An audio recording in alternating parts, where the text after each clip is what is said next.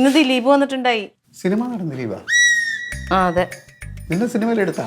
ഓ, കാവ്യ മാധവന് പകരം എന്നെ എടുക്കാന്ന് പറഞ്ഞു. ഓ, അത് ഭയങ്കര മണ്ടത്തരമായിപ്പോ പുള്ളി കാണിക്കണം. എന്റെ ക്ലീറ്റോ നമ്മുടെ കൂടെ പഠിച്ചില്ലേ?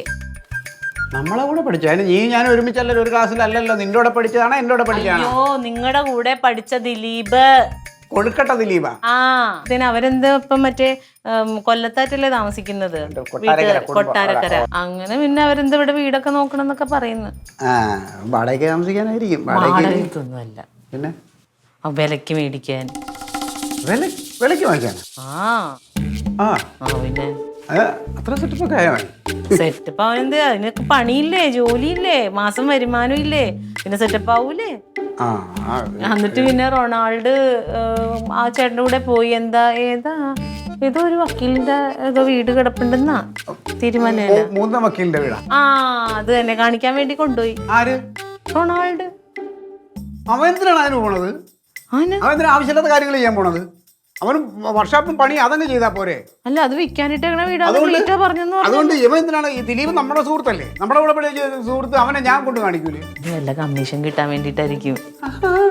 അയ്യോ, ദിലീപിന്റെ കമ്മീഷൻ മേടിക്കാൻ ദിലീപൊക്കെ നമ്മളെ കൂടെ ഇനി അത് എന്നിട്ടാണ് നമ്മളെ കൂട്ടുകാരെ മുമ്പിലൊക്കെ പറഞ്ഞ് കമ്മീഷൻ നാണക്കട ഒന്നും വേണ്ട. ഈ റൊണാൾഡോ എന്തിന്? റൊണാൾഡേ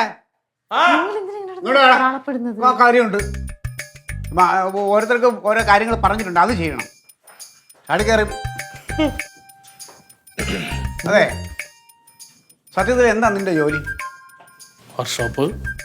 പിന്നെ വേറെ എന്തൊക്കെ അറിയാം? പന്തല് പണി, പെയിന്റിങ് പണി, ഡ്രൈവിങ്, പെയിന്റിങ്, പിന്നെ അത്യാവശ്യം അത് പഴയ തല്ലിപ്പല്ല. അതൊക്കെ നിനക്ക് അറിയാവുന്നുള്ള പണികൾ അല്ലേ? അറിഞ്ഞൂടാത്ത പണി എന്തിനാണ് ചെയ്യണത്? ഞാൻ എന്തോ അറിഞ്ഞൂടാത്ത പണി ഇത്? നീ ദിലീപിനെ കൊണ്ടൊന്ന് വീട് കാണിക്കാം. അയ്യോ, അത് പറയാൻ വിട്ടുപോയി. അത് പറയണ്ട, ഞാൻ അറിഞ്ഞു. തങ്ക എന്നോട് പറഞ്ഞ കാര്യങ്ങൾ. നമ്മുടെ മുകുന്ദ വക്കീലില്ലേ, വക്കീലിന്റെ വീട് കൊണ്ട് കാണിച്ച്. നമ്മുടെ മുകുന്ദ വക്കീൽ എന്ന് പറഞ്ഞാൽ ഈ മുകുന്ദ വക്കീൽ ഞാനോടുള്ള ബന്ധം അറിയാമോ? പണ്ടേ അയാൾ പാർട്ടി അനുഭവിയായിരുന്നു. പിന്നെ മക്കളൊക്കെ വഴക്കൂറുണ്ട്, അയാൾ പാർട്ടിയിൽ നിന്ന് മാറി നിൽക്കുന്നു. പക്ഷെ വീട് കൊടുക്കാണ്ടെന്നാണ് വണ്ടിപ്പണിക്ക് വന്നപ്പോൾ പറഞ്ഞിട്ടല്ലേ മച്ചൻ പറഞ്ഞു. ആയിക്കോട്ടെ, അയാൾ നിന്റെ വർക്ക്ഷോപ്പിൽ വണ്ടി പണിയാൻ വന്നപ്പോഴാണ് അയാളുടെ വീട് കൊടുക്കാനുള്ള വിവരം അറിഞ്ഞത്. അത് നീ എന്നോട് പറഞ്ഞു. നമ്മൾ ഒരുമിച്ച് പോയി, ഞാൻ നിന്നെ കൊണ്ട് പോയില്ലേ? പോയി നമ്മളത് നോക്കി എല്ലാം സംസാരിച്ച് അതിനെല്ലാം വെച്ചിട്ടുണ്ട്. അല്ലാതെ കച്ചവടമൊന്നും ആവാത്തോണ്ടാണ് പെട്ടെന്ന് ദിലീപേട്ടൻ പറഞ്ഞപ്പോൾ ഒരു വീട് റോഡ് വാക്കിനുണ്ടെന്ന് പറഞ്ഞുകൊണ്ട് കാണിച്ച്. അത് നീ ആദ്യം വണ്ടിപ്പണി കൃത്യമായിട്ട് ചെയ്യും. ഈ കച്ചവടം നിനക്ക് സംസാരിക്കാൻ അറിയാമോ? ഒരു കച്ചവടത്തിന് അത് എങ്ങനെ ആൾക്കാർ രണ്ടുപേരെ ഡീൽ ചെയ്യാൻ നിനക്ക് അറിയാമോ? അച്ചമ്പി കൊടങ്ങാളെ തൊമ്മിച്ചിന്റെ കടമുറി എടുത്തു കൊടുത്ത ഞാൻ കച്ചവടം ചെയ്തില്ലേ? കൊടുങ്ങാവളത്തെ കച്ചവടം അല്ല ഈ പറയണത്. ഇച്ചിരി സമാധാനത്തിൽ പറഞ്ഞാൽ എന്താ? എടാ റൊണാൾഡോ ഇത്രയേ ഉള്ളൂ. ആ ദിലീപ് എന്ന് പറഞ്ഞ ചേട്ടൻ നമ്മുടെ കൂട്ടുകാരാ. അപ്പൊ അതുകൊണ്ട് അങ്ങോരുടെ കയ്യിൽ നിന്ന് കമ്മീഷൻ മേടിക്കണ്ടെന്നുള്ളതുകൊണ്ടാണ് ക്ലീറ്റോയി പറയുന്നത്. വേണ്ട, ദിലീപേട്ടൻ്റെ വേണ്ട, മൂന്നസാറിന്റെ ഒരു പെർസെന്റേജ് മേടിച്ചൂടെ? അത് ശരിയാ, അങ്ങനെ വിൽക്കുന്ന ആളല്ലേ. അത് കിട്ടുമ്പോൾ മച്ചമ്പി കൂടെ എന്തിനും തരാം. ഞാൻ എന്റെ എനിക്ക് അത് വേണ്ട. ഞാൻ അങ്ങനെ നമ്മളെ സഹപാഠികളെയും സഹപ്രവർത്തകരെയും അവരുടെ നിന്നുള്ള കമ്മീഷൻ മേടിക്കാറില്ല. അങ്ങനെ വാങ്ങിച്ച് നക്കണ ആളല്ല ഞാൻ. അത് നല്ലതല്ല.